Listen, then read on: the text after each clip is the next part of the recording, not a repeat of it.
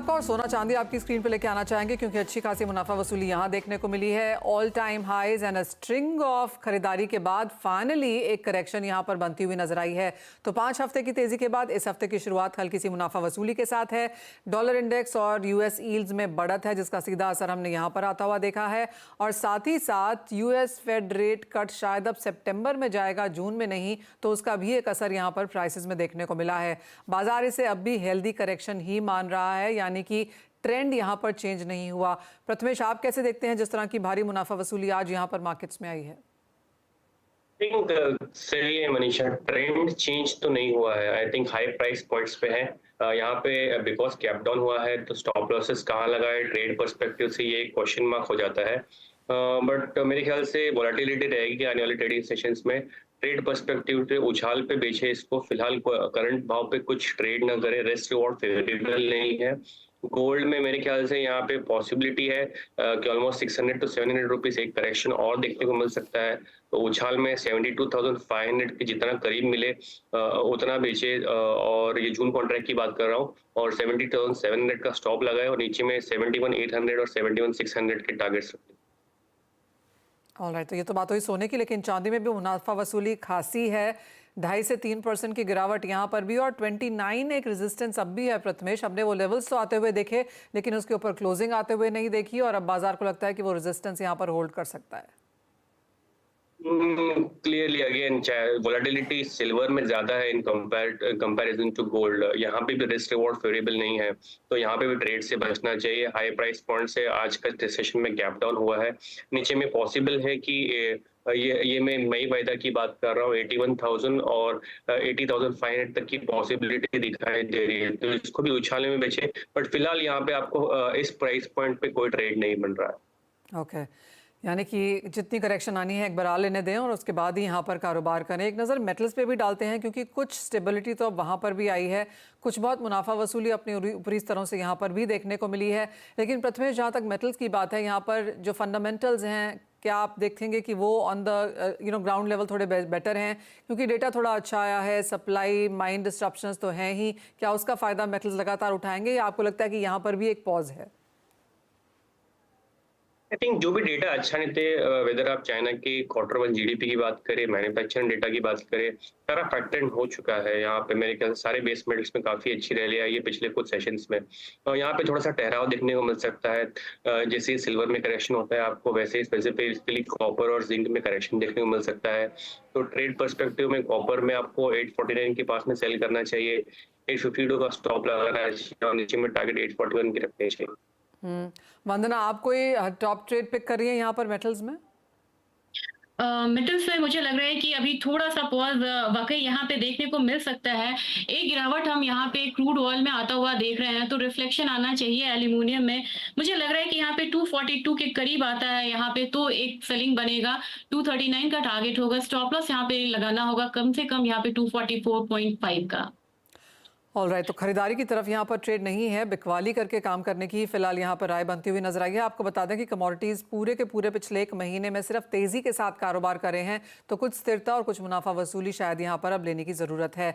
Energy की बात करें यहाँ पर वंदना ने, तो प्रथमेश वो सवाल आपसे है पहले कि कैसे देखते हैं आप यहाँ पर प्राइसेस, क्योंकि 3% की गिरावट हम पिछले हफ्ते में दर्ज कर चुके हैं। 1-1.5% की गिरावट के साथ एशिया में कारोबार हो चुका है, यूरोप भी वहीं पर है।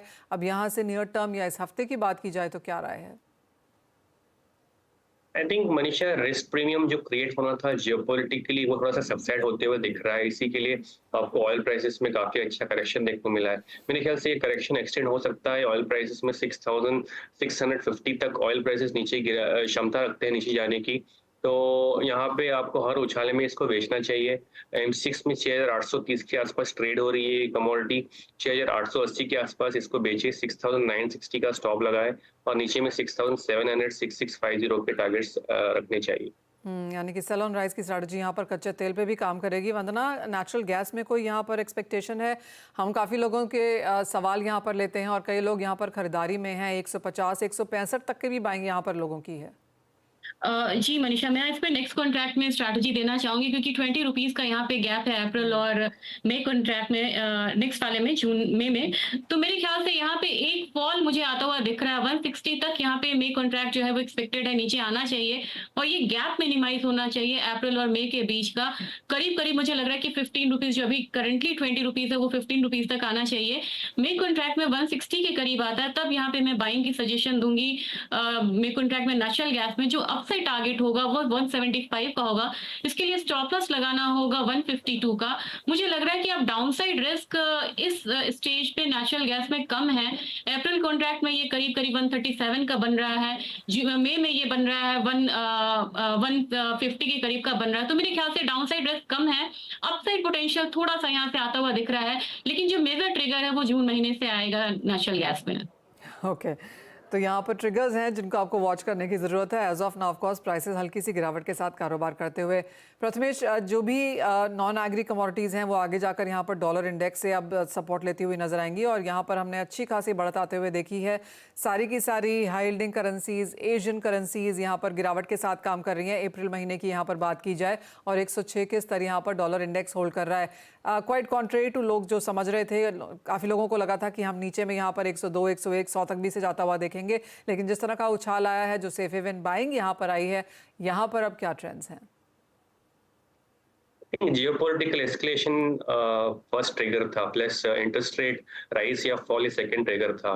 नेक्स्ट मेरे ख्याल से यहाँ पे 108 और 108.5 तक की पॉसिबिलिटी दिखाई दे रही है। तो डॉलर इंडेक्स स्ट्रेंथ, कमोडिटीज में एक गिरावट, इनवर्स कोरिलेशन काफी अच्छी तरीके से बनता है इसमें, तो यहाँ पे वॉच करें डॉलर इंडेक्स के सिग्नल्स।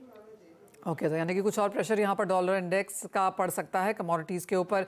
एग्री की बात करेंगे और वंदना, यहाँ पर तीन फिनोमेनाज हैं राइट नाउ। एक तो ये कि मॉनसून नॉर्मल है, तो सभी सेंटिमेंट प्ले वहाँ पर हमने आता हुआ देखा। दूसरी तरफ ये कि वाटर रिजर्वॉयर्स में काफ़ी गिरावट है और तीसरा आगे 2 महीने हीट वेव भी है। तो आप इनमें से क्या फिनोमेना पिक कर रही हैं और आप कैसे देखती हैं प्राइसेस? सबसे ज़्यादा रिएक्शन गुआर काउंटर में आता है। मुझे लग रहा है कि वो रिएक्शंस यहाँ पे आएँगे और जो 2 फैक्टर्स आपने बताए हैं मनीषा कि रिजर्वॉयर के लेवल्स कम है, यहाँ पे हीट वेव है, तो मुझे लग रहा है कि ये दोनों पॉजिटिवली काम कर सकता है गुआर के लिए। एक्सपोर्ट बढ़िया रहा है, जनवरी का जो डेटा आया, तो यहाँ पे एक अपसाइड देखने को मिलेगा।